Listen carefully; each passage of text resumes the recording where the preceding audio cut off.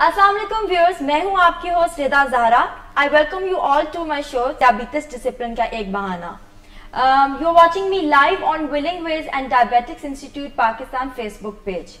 क्या आप ये जानते हैं कि more than 586,000 people worldwide are affected by diabetes type 1? जी मैंने बिल्कुल ठीक कहा है और इस बारे में हम आज डिस्कस करेंगे अपने एक्सपर्ट के साथ, जिनका मैं अभी थोड़ी देर में इंट्रोडक्शन करवाऊंगी। लेकिन साथ में मैं आपको ये कहती चलूँ कि अगर आपको हमारा ये शो पसंद आता है so please do comment and share it, because हमारी टीम आपके सारे क्वेश्चंस के और आपकी फीडबैक को हम तक लेके आती है, जो कि हम उन सारी क्वेरीज को एड्रेस करते हैं। तो चलते हैं, मैं आपको अपने एक्सपर्ट से इंट्रोड्यूस करवाती हूँ। हमारे साथ मौजूद हैं doctor Javed Iqbal, who is a diabetologist and also endocrinologist. अस्सलाम वालेकुम सर। वालेकुम अस्सलाम। सर आज हम बात करेंगे डायबिटीज़ टाइप 1 के बारे में। ये हमारा आज का टॉपिक है। तो सबसे पहले तो आप ये थोड़ा सा एक्सप्लेनेशन दे दें कि डायबिटीज़ टाइप 1 क्या है, या हम पहले क्वेश्चंस लास्ट प्रोग्राम के डिस्कस कर लें। एज यू विश, पर टाइप 1 के बारे में ब्रीफ पहले बता देता हूँ, फिर हम क्वेश्चन ले लेते हैं। टाइप 1 जैसे मैंने पहले बात करता हूँ, डायबिटीज़ की टाइप्स जो है टाइप 1 है, टाइप 2 है, फिर एक आमला ख़वातीन को डायबिटीज़ होती है, इसको हम जेस्टेशनल डायबिटीज़ कहते हैं, और सम टाइम एक डबल डायबिटीज़ भी होती है जिसमें टाइप 1 टाइप 2 कंबाइन हो जाते हैं। तो जो टाइप 1 जो डिज़ीज़ है ये बेसिकली एक ऑटोइम्यून डिज़ीज़ है। ऑटोइम्यून का मतलब होता है डिजीज़ का कि बॉडी का अपना सेल्फ मैकेनिज्म जो होता है, सेल्फ डिफेंस मैकेनिज्म, वो बॉडी के पैंक्रियाज को डिस्ट्रॉय करता है और उसके नतीजे में बॉडी के अंदर जो इंसुलिन की प्रोडक्शन बिल्कुल ज़ीरो हो जाती है। जब बॉडी में इंसुलिन की प्रोडक्शन ज़ीरो हो जाती है तो आपको बॉडी में इंसुलिन बाहर से देनी पड़ती है। तो ये जो प्रोसेस है सारा, इसको हम टाइप 1 डायबिटीज़ कहते हैं। आम तौर पे जो टाइप 1 डायबिटीज़ के केसेस हैं वो 18 साल से कम उम्र बच्चों में होते हैं। सर चलें क्वेश्चंस इससे रिलेटेड, टाइप 1 से रिलेटेड एक क्वेश्चन है जो कि हमें लास्ट प्रोग्राम से आया था। ये क्वेश्चन है, ये कहते हैं, हेलो मेरा सवाल है कि क्या type 1 diabetes patient medicine use कर सकते हैं और क्या टाइप 1 एज बढ़ने के साथ टाइप 2 में कन्वर्ट हो जाती है? Kindly must reply.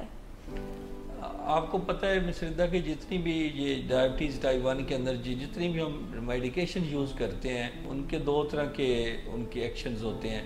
या तो वो इंसुलिन के बनी बनाई इंसुलिन के एक्शन को एनहांस करती हैं, यानी उसको फैसिलिटेट करती हैं, जैसा कि मेटफॉर्मिन है या ग्लूकोफेज नामी दवाई है, ये इंसुलिन के एक्शन को बेहतर करती है।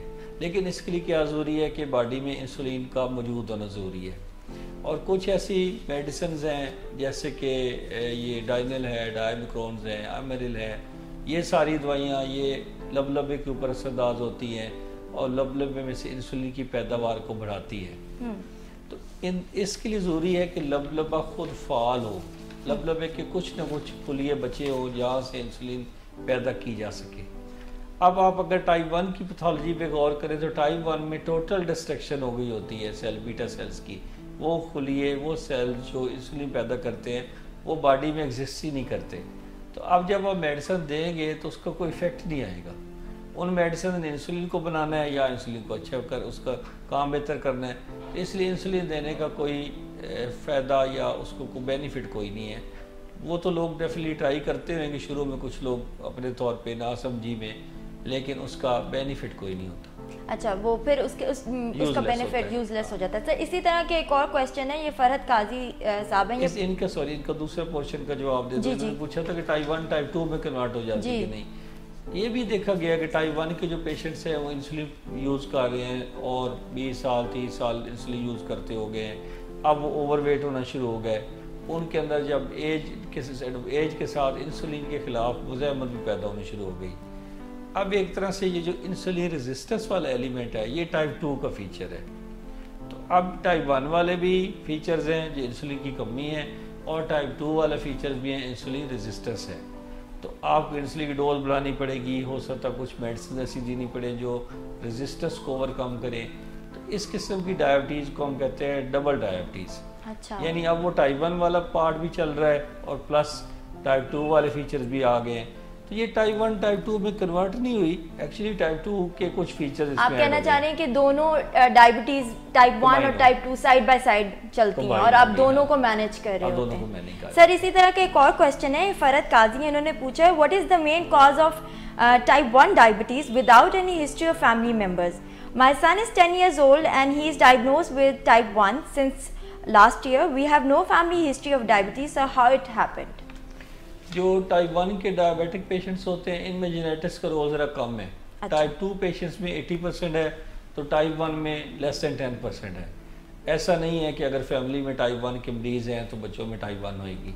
इसमें कई सारे एनवायरमेंटल फैक्टर्स हैं, उनमें कई सारी वायरसेस का भी रोल है, तो कई सारे एक्वायर्ड फैक्टर्स हैं।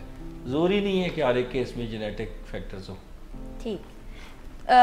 सर एक डायबिटीज़ ये टाइप 1 का तो नहीं है, लेकिन लास्ट प्रोग्राम का ये क्वेश्चन है, ये आयशा समदानी पूछती है, क्या डायबिटीज़ खुराक से ठीक हो सकती है? डायबिटीज़ खुराक से मैनेज हो सकती है, यानी टाइप 2 डायबिटिक पेशेंट्स हैं तो वो शुरू में डाइट के ऊपर भी अपने आप को कंट्रोल कर सकते हैं, तो डायबिटीज़ मैनेज हो सकती है। लेकिन एक लफ्ज़ चूँकि बहुत सारे हमारे अल्टरनेटिव मेडिकेशन के जो लोग हैं या जो लोग ये दावे करते हैं कि हमने ज़ियाबीतस को जड़ से उखाड़ दिया है, या ये दावा करते हैं कि ज़ियाबीतस एक गिलास पी लें और बस ज़ियाबीतस ख़त्म हो जाएगा, मैं उसके हिमायत में बात नहीं करना चाहता। ऐसे कई सारे टाइप 2 डायबिटिक पेशेंट्स हैं मेरे भी, जो इनिशियल बहुत अच्छी इंटेंसिव ट्रीटमेंट पे किया, बाद में उनको ब्लड शुगर मैनेज हो गई, फिर अब वो सिर्फ डाइट के ऊपर मैनेज है, तो हम उनको कहेंगे डाइट कंट्रोल डायबिटिक पेशेंट्स, लेकिन कहेंगे उनको diabetic he. It's manageable but not fully treatable. Sir एक क्वेश्चन है कि just a minute, I lost the question actually. इन्होंने कहा सलाम, मेरी शुगर 250 to 400 तक रहता है, मैं क्या करूं? मैं ग्लूकोफेज 500 mg दिन में 3 दफ़ा लेता हूं, एक गोली। जो हमारा आपको पता है ये हमारे प्रोग्राम का हिस्सा नहीं कि हम ट्रीटमेंट वाइज करें, लेकिन हम यही कहते हैं कि आप अपने करीबी कंसल्टेंट फिजिशियन या आपको जो डायबिटीज़ के स्पेशलिस्ट हैं उनसे रब्ता करें। लेकिन जो इनकी शुगर लेवल ये मुझे बता रहे हैं ग्लूकोफेज के साथ 250 से ऊपर ही रहती है, तो ये मैं वजाहत करता चलूँ कि एक चीज़ होती है हीमोग्लोबिन A1C, यानी 3 महीने का एवरेज ग्लाइसीमिक कंट्रोल जो है शुगर कंट्रोल, उसको जो शो करता है टेस्ट उसको कहते हैं हीमोग्लोबिन A1C। अगर इनके हीमोग्लोबिन A1C इसके साथ कोरिलेट किया जाए तो मेरे ख्याल वो कोई 8% से ज़्यादा बनता है, 9 के करीब बनता है, 9% से ज़्यादा बनता है। 210 जब शुगर लेवल एवरेज रहती है तो ब्लड शुगर जो HbA1c है वो 9 से ऊपर चले जाता है। इसका मतलब है कि ये इनको मोनोथेरेपी से ट्रीटमेंट नहीं होएगी, इनकी सिंगल ड्रग इनके लिए काफ़ी नहीं है, या तो ये इसके साथ कोई और बेसल इंसुलिन ऐड करेंगे या इनके डॉक्टर जो हैं इनको प्लस मेडिकेशन ऐड करेंगे, एज ए रिज़ल्ट फिर इनका मामला ठीक होएगा। बल्कि इससे मुझे ये है कि जो व्यूअर्स कुछ हैं उन्होंने डायबिटीज़ टाइप 1 और टाइप 2 के बारे में पूछा कि हमें डिफरेंस बताएं, तो मैं उनको ये कहना चाहूँगी हमने पिछले जो प्रोग्राम्स किए हैं वो उनको व्यू कर सकते हैं, जिसमें सर ने बहुत एक्सप्लिसिटली उसमें डिफरेंस कोट किया कि टाइप 1 और टाइप 2 क्या होती है। तो सर ये आपने जैसे कहा कि ये जो टाइप 1 है ये अर्ली एज में होती है, बच्चों में ज़्यादातर आप देखते हैं, तो इसका क्या डिजीज़ कैसे ये ऑनसेट इसका कब होता है अप्रॉक्सीमेटली? जो टाइप 1 डायबिटिक बच्चे हैं उनके अंदर ये जो इलामात हैं डायबिटीज़ की, जो सिम्टम्स हैं उनकी सिवियरिटी ज़्यादा होती है। फॉर एग्ज़ाम्पल अगर टाइप 2 डायबिटिक्स की हिस्ट्री देखें तो उनकी ऐसी होती है कि वो हॉस्पिटल में अपनी आंखों का इलाज करवाने गए या हॉस्पिटल में प्रोस्टेट का ऑपरेशन करवाने गए, उनकी ब्लड शुगर चेक की गई तो 200 से ज़्यादा थी, तो उनको एक बाई चांस पता लग गया कि हमें डायबिटीज़ है। उनके अंदर वो क्लासिकल सिम्टम्स की शिद्दत नहीं होती। जो टाइप 1 डायबिटिक्स होते हैं इनके अंदर इलामात की शिद्दत होती है। ये बच्चे यूरन ज़्यादा कर रहे होते हैं, रात को 3-4 दफ़ा यूरन के लिए उठते हैं, और इनके साथ जो है इनके इस हिसाब से ये पानी भी ज़्यादा पी रहे होते हैं, तो पोलीयूरिया, पॉलीडिप्सिया, फिर इनको प्यार खाने पीने की हर वक्त तलब रहती है, पॉलीफेजिया हो रहा होता है शुरू में, और वेट बहुत तेज़ी से लूज़ होता है।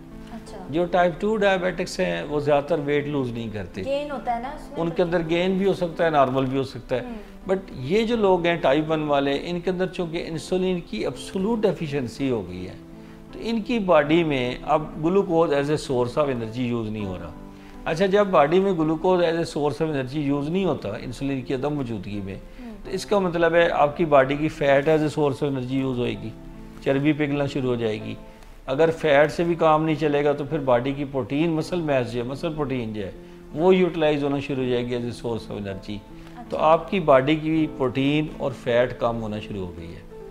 इसकी वजह से पेशेंट वेट लॉस का शिकार होता है और ये आमतौर पे एक्सट्रीम थर्स्ट का शिकार होते हैं।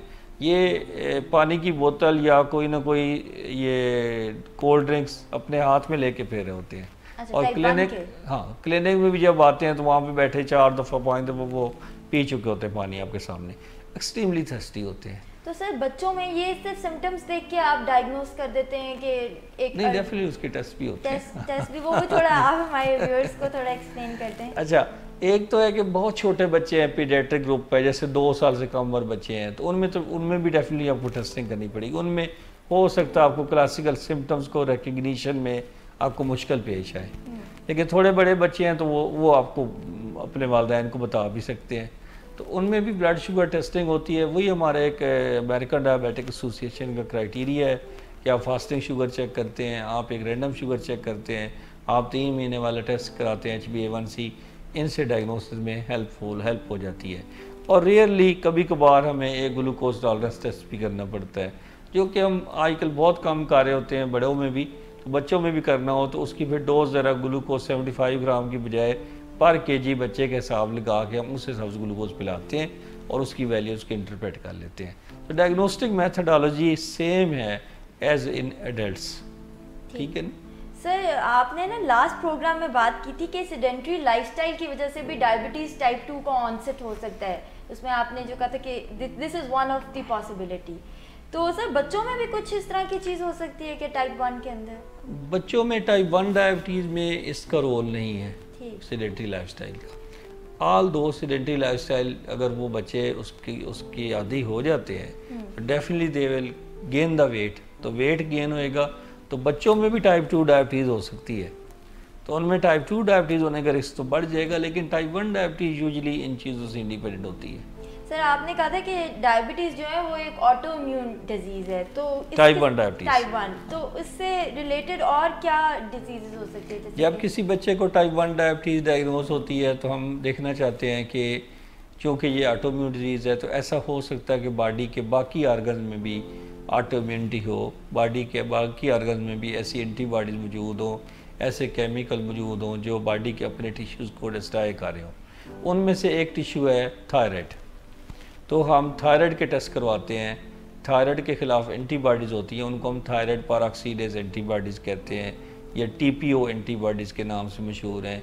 वो हम करवाते होते हैं ये देखने के लिए कि क्या ऐसी कोई केमिकल्स हैं जो बॉडी के थायराइड ग्लैंड को डिस्ट्रॉय कर सकें।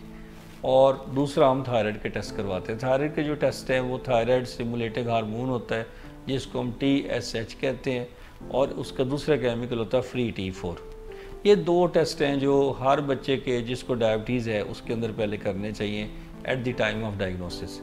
अगर आपने डायग्नोसिस पे बच्चा बहुत सिक है, आपने फौरी नहीं किए, तो जब उसकी ब्लड शुगर स्टेबल हो गई है तो 2 वीक्स के बाद उसके बाद आप दोबारा करवा लें, लेकिन करवाएं ज़रूर, ताकि बॉडी में अगर थायराइड की हार्मोन की कमी है तो उसको रिप्लेस किया जाए। ऐसा क्यों ज़रूरी है कि थायराइड हार्मोन रिप्लेस किया जाए बच्चों में? आप क्या समझती हैं?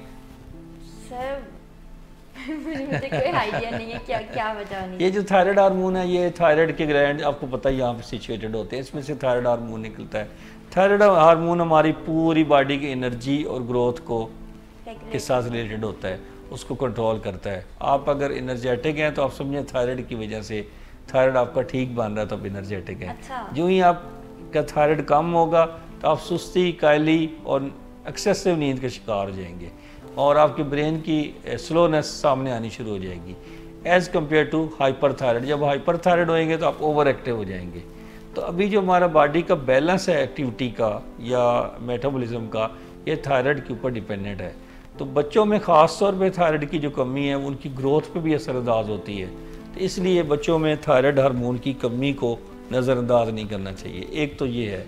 दूसरा जो हार्मोन है जिसको हम टेस्ट करते हैं टाइप 1 डायबिटीज़ के अंदर, वो है कॉर्टिसोल, जो कि बहुत रेयरली कम होता है, लेकिन वो भी इसको बॉडी के अपने स्टीरॉयड्स कहा जा सकता है। Cortisol is body internal steroid, उसको टेस्ट करते हैं। चाचा मियां भी मैं देख रही हूँ कुछ कनूदगी में लड़खड़ाते आ रहे हैं।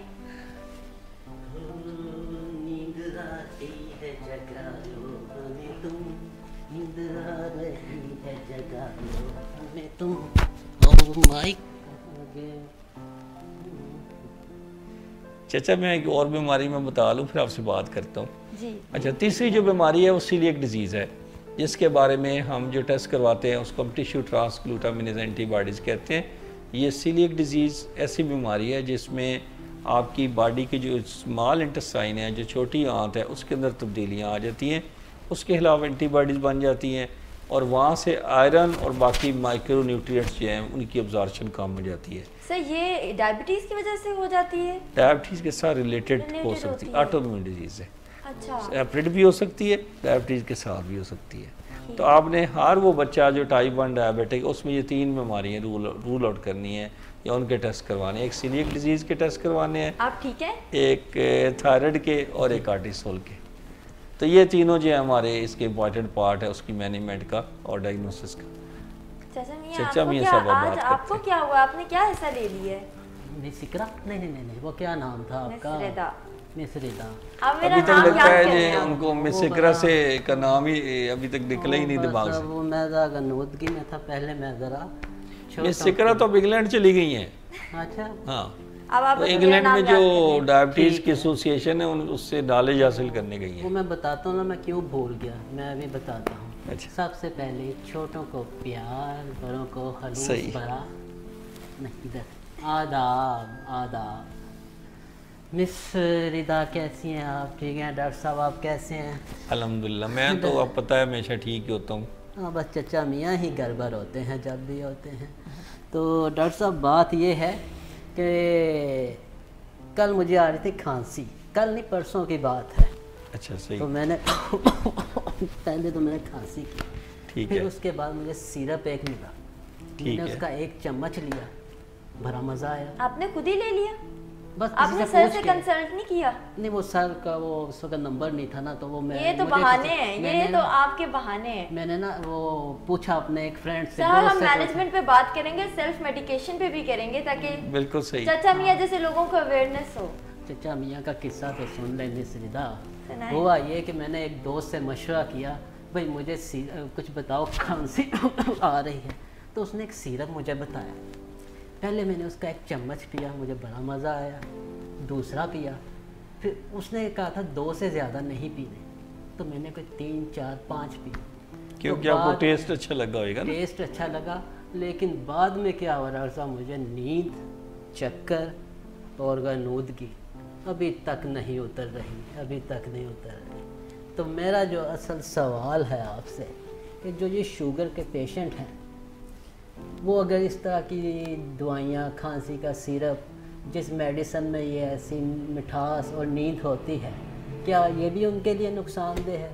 क्या आर्जी तौर पे यूज़ कर सकते हैं? चाचा मियाँ इन जनरल जो है वैसे तो सेल्फ मेडिकेशन ही ठीक नहीं बात है। पाकिस्तान में सेल्फ मेडिकेशन बहुत ज़्यादा है और सर क्वैकरी बहुत ज़्यादा है, लोग क्वैकरी बहुत ज़्यादा है। हर बंदा ही हकीम है, जैसे चाचा मियाँ भी जब पार्ट टाइम दिल करता तो हिकमत कर लेते हैं, इसीलिए आपने सर से नहीं पूछा। तो इसलिए वो मुकाबले में अपने आपको समझदार समझते हैं। वो तो हिकमत चली नहीं मेरी, वो हिकमत के एंडोक्रिनोलॉजिस्ट हैं बस। और प्रोफेसर ऑफ होम्योपैथी, प्रोफेसर है हिकमत के। चचा मियाँ तो हरफन मौला है। कभी वो अच्छा चले, वो मैं मजाक कर रहा था, होम्योपैथिक दोस्त हमारे नाराज ना हो जाएं, लेकिन खैर वो जो लोग क्वालिफाइड होते हैं वो तो अच्छी बात है, उनको पता होता है हमने कौन सी मेडिकेशन किस तरह यूज़ करनी है। तो बात ये है कि सेल्फ मेडिकेशन बहरहाल ठीक नहीं है। इन्होंने जो मेडिसिन ली है उसमें लगता है कि जो नींद का एलिमेंट है, जो कफ सप्रेसेंट का एलिमेंट है वो ज़्यादा था और प्लस शुगर लेवल भी उसका अप था। तो इनको चाहिए था कि लेबल से पहले शुगर फ्री पढ़ लेते अच्छी तरह, कि शुगर फ्री लिखा हुआ है अगर आपके कफ सप्रेसेंट पे, तो आपको वो वाला कफ सप्रेसेंट यूज़ करना चाहिए। आप या अगर कोई और डॉक्टर आपको मेडिसिन देता है तो आप बता सकते हैं कि जी मुझे डायबिटीज़ भी है, तो मेरी जो मेडिसिन हैं उनमें ट्राई करें कि शुगर फ्री मेडिसिन आपको दी जाए। ऐसे कई सारे कफ सप्रेसेंट अवेलेबल हैं जो शुगर फ्री होते हैं। अब ये अलग बात है कि चचा मियाँ को वो वाला सिरप पसंद था जो मीठा था और वो उन्होंने खुल के पिया है। उन्होंने कहा चलो दवाई खांसी का बहाना ही सही, तो चची ने भी उनको कुछ नहीं कहा होगा, जाहिर है कि जी आज तो खांसी जो लगी हुई है। दिखाया किसने था, उसे दिखाते तो अब तक। आपने पिया कितना? क्या मैंने कुछ खुल के पिया ना जी। आपने पूरी बॉटल फिनिश अप की होगी। मैंने 4 या 5 चम्मच उसके पिए। उसके बाद इन्हें याद नहीं रहा कि कितना और पिया है। हाँ, बस तो मेरा तो ये ख्याल है मिस रिदा कि ये जो पेशेंट है, जो चचा मी है, ये इस वक्त जो है ये विलिंग वेज के पेशेंट हो गए और इनकी ट्रीटमेंट जो बिल्कुल, ये आपके एडिक्टिव पैटर्न पिछले पोर्शन में आज इनकी की जाए ट्रीटमेंट और इनको साइकोलॉजिस्ट के पास भी इनकी सिटिंग कराई जाए। सही, यहाँ से हम बात करते हैं साइकोलॉजिस्ट से सॉरी एक बात याद आ गई, मैं उसमें ऐड करना चाहूँगा। ये जो टाइप 1 डायबिटिक्स जो आप पता जब बच्चों को डायबिटीज़ डायग्नोज होती है तो ये एक फैमिली के लिए एक बम फटाने वाली बात है। यानी एक बम फट पड़ता है कि क्या हो गया बच्चे से। आपको पता बच्चों के साथ अटैचमेंट होती है पेरेंट्स की और बच्चों के साथ उनकी बहुत प्यार होता है और अपने प्यारे के ऊपर जब कोई इस किस्म का मसला आ जाता है तो एक दफ़ा तो शॉक्ड हो जाती फैमिली। और सेवरल टाइम्स ऐसा भी हुआ कि बच्चे वैसे ही यहाँ पे आए हैं। मैंने एक 19 साल का लड़का है, वो मेरा एक मेडिकल स्टूडेंट ही था, USA से फैमिली आई थी। तो इस वक्त प्रोग्राम अगर सुन रहे तो फिर बताएगा बाद में मैसेज करके। तो वो यहाँ पे इधर नीचे उसके बड़े भाई जो उससे बड़ा मेडिकल स्टूडेंट है, अब डॉक्टर बन गया, तो उसने मुझे फ्रेम किया कि इस तरह से यूरिन ज़्यादा आ रहा है मेरे भाई को, तो मैं आपके पास लाना चाहता हूँ। तो यहाँ जब आए तो यहाँ हमने ब्लड शुगर चेक की तो वो 411 थी। तो उसके अम्मी अबू भी साथ ही थे।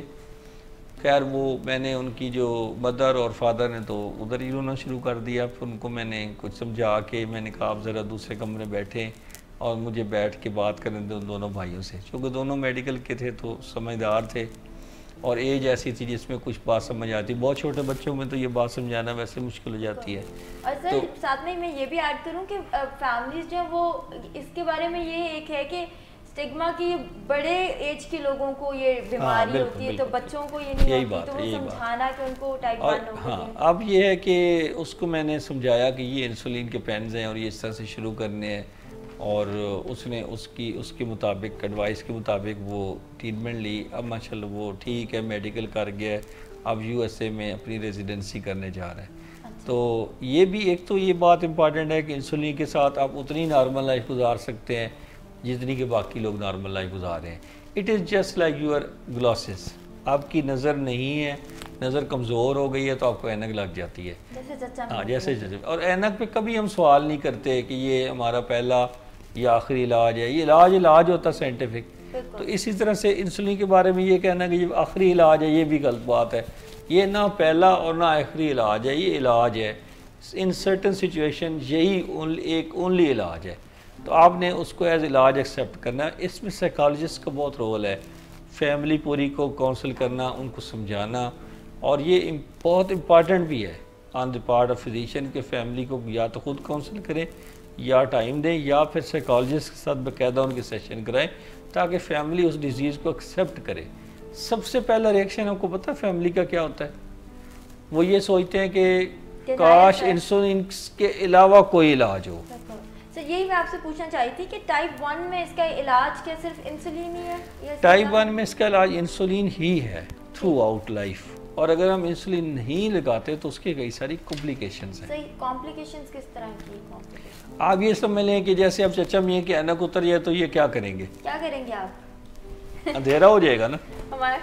हाँ, तो एक तरह से अब इनको कुछ नज़र नहीं आ रहा, सिमिलरली ऐनक लगा लें। अब आप आ गए ना, आपको नज़र आ रहे हैं डॉक्टर जावेद और मिस रिदा? हाँ, ये डॉक्टर जावेद साहब और ये मिस निदा। इकरा तो नहीं है ना? नहीं, रिदा ही है ना? रिदा, मिस रिदा। बस वो रे और नून में थोड़ी गलती मैं नींद में हूँ ना, वो समझ आ रही है मुझे। तो वो जो बात है ना, देखें आप जिस तरह से इनकी अब हमने ऐनक उतारी है, अगर आप किसी बच्चे की इंसुलिन हटा दें तो ये ऐसे ही है कि जैसे आप किसी की ऐनक उतार दें। समझें कि एक बेहोशी या गशी है या नज़र ना आने वाली बात है, तो उसको हम कंडीशन को कहते हैं डायबिटिक कीटोएसिडोसिस। आसान लफ्ज़ों में अगर हम कहें तो ये कह सकते हैं कि बच्चा जो है एक गशी में मुबतला हो जाता है और उसमें से निकलने के चांसेस काफ़ी मुश्किल हो जाते हैं, कई दफ़ा सर्वाइवल नहीं होती। तो उस कॉम्प्लिकेशन में जाने कई दफ़ा हमने देखा बच्चे 1 साल इंसुलिन लगाई, बच्चे थोड़े डीमोटिवेट हो गए, फैमिली डीमोटिवेट हो गई, किसी और के पास चले गए, अल्टरनेटिव ट्रीटमेंट में चले गए, क्या जी वो जरा जड़ी बूटियाँ खा के देखते हैं। यहाँ दावेदार भी बड़े हैं, कहते हैं जी नहीं है आजमूदा इलाज है, आप जड़ी बूटियाँ ये लें, इससे कंफर्म जो है वो शुगर लेवल ठीक हो जाएगा। तो वो उसमें चले गए, तो उसके बाद वो कशी में मुब्तला होकर फिर हॉस्पिटल की एमरजेंसी में आए।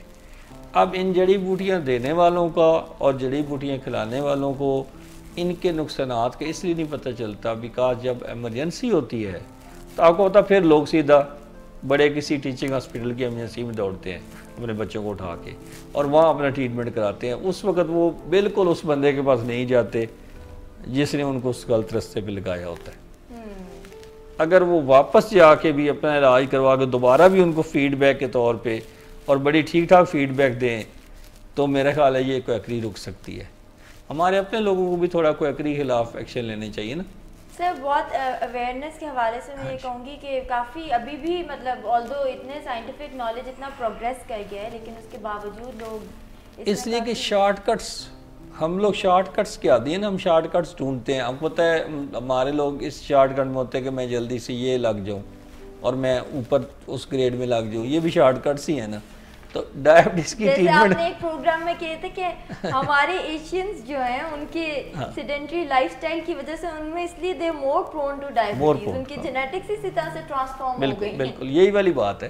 तो इसमें भी डायबिटीज़ में भी वही जो शॉर्टकट का चक्कर होता है उसके अंदर जो है वो बच्चे मुतासर होते हैं ज़्यादा। सर इसकी मैनेजमेंट क्या पॉसिबली हो सकती है टाइप 1 की मैनेजमेंट पे बहुत काम हो रहा है। उसमें से एक स्टेम सेल ट्रांसप्लांट एक एक्सपीरियंस उस पर हो रहे हैं, कुछ एक्सपेरिमेंट्स जो है वो पैंक्रियास ट्रांसप्लांट के ऊपर हैं, और टाइप 1 में जो इंसुलिन है वो उसको लगाने की डिवाइसेस जो हैं वो बहुत अच्छी आ गई हैं। यानी उनमें पेन डिवाइसेस आपने देखी होंगी अच्छी आ गई, जिनके साथ ज़्यादा बच्चे को फील नहीं होता कि मैं को मुश्किल में हूँ, जेब में डाल के बच्चा बैग में स्कूल के डाल के लेके चला जाता है। स्कूल से याद है कि स्कूल के टीचर्स को इन्वॉल्व करना चाहिए जब आप बच्चे की ट्रीटमेंट कर रहे हैं, उनको बताना चाहिए कि लो शुगर अटैक के दौरान हमारे बच्चे को कैसे मैनेज करना है। ये छुपाने वाली बात नहीं है, डायबिटीज़ टाइप 1 को छुपाना नहीं चाहिए। लोगों को पता हो, बच्चे को कोई कार्ड लगाओ, उसके साथ ब्रेसलेट लगाया जा सकता है कि आई एम टाइप 1 डायबिटिक, अगर मैं बेहोश हूँ तो मुझे इतने % ग्लूकोज दिया जाए या मुझे ये चीज़ दी जाए ताकि हाइपोग्लाइसीमिया जो है उसको अवॉइड किया जाए। ख़ास तौर पर जो 6 साल से कम उम्र बच्चे होते हैं इनमें लो शुगर अटैक्स का रिस्क बहुत ज़्यादा होता है, तो इनको पता भी नहीं लगता लो शुगर अटैक्स हो जाते हैं। तो इनके अंदर एक डिवाइस अब ये है कि कंटिन्यूस ग्लूकोज मॉनिटरिंग डिवाइस है, वो भी अब पाकिस्तान में अवेलेबल है, वो हम लगा देते हैं। वो शुगर चेक करती रहती है और इंसुलिन उस हिसाब से डिलीवर कर देती है। आल दो ये कॉस्टली और एक्सपेंसिव है, लेकिन कुछ लोग उसको अफोर्ड करते हैं तो वो ले सकते हैं। सर साथ में मैं ये कहूँगी कि हमारा टाइम जो है वो बिल्कुल एंड को आ रहा है। So viewers if you like the show, I hope हमारे मैं डॉक्टर साहब से एक आखिरी सवाल करना। आखिरी सवाल, इसका मतलब है कि अब वो आखिरी वक्त आ गया है। शायद लगता है जिस तरह की मैंने दवाई पी है, नहीं उम्मीद है उसमें से तो आप निकल आएंगे कल तक। अच्छा चलें फिर अगली दफ़ा कर लूँगा। नहीं सवाल अब कर लें। सवाल छोटा सा ये है कि क्या जिसे शुगर का मर्ज होता है क्या वो नींद की दवाई ले सकता है? वो नींद की गोलियां या कुछ ऐसी टैबलेट्स यूज़ कर सकता है? अगर किसी भी शख्स को नींद की कमी का कोई शिकार हो या नींद की जो मसाइल का शिकार हो, तो मैं तो समझता हूँ कि उसको किसी साइकियाट्रिस्ट और साइकोलॉजिस्ट से रब्ता करना चाहिए ताकि उसकी नींद की कमी की वजूहत को एड्रेस की जाए, रादर दैन कि उसको एक नए मसले में उलझा दिया। मैं आपकी शो के बाद काउंसलिंग करती हूँ। So viewers if you like the show please do comment, share it, और आपके जो भी क्वेश्चन है वो हमारे तक लेके आए और हमारी टीम वो उन सबको आंसर बैक करने की कोशिश करेगी। सी यू नेक्स्ट वीक। अल्लाह हाफिज़। Thank you.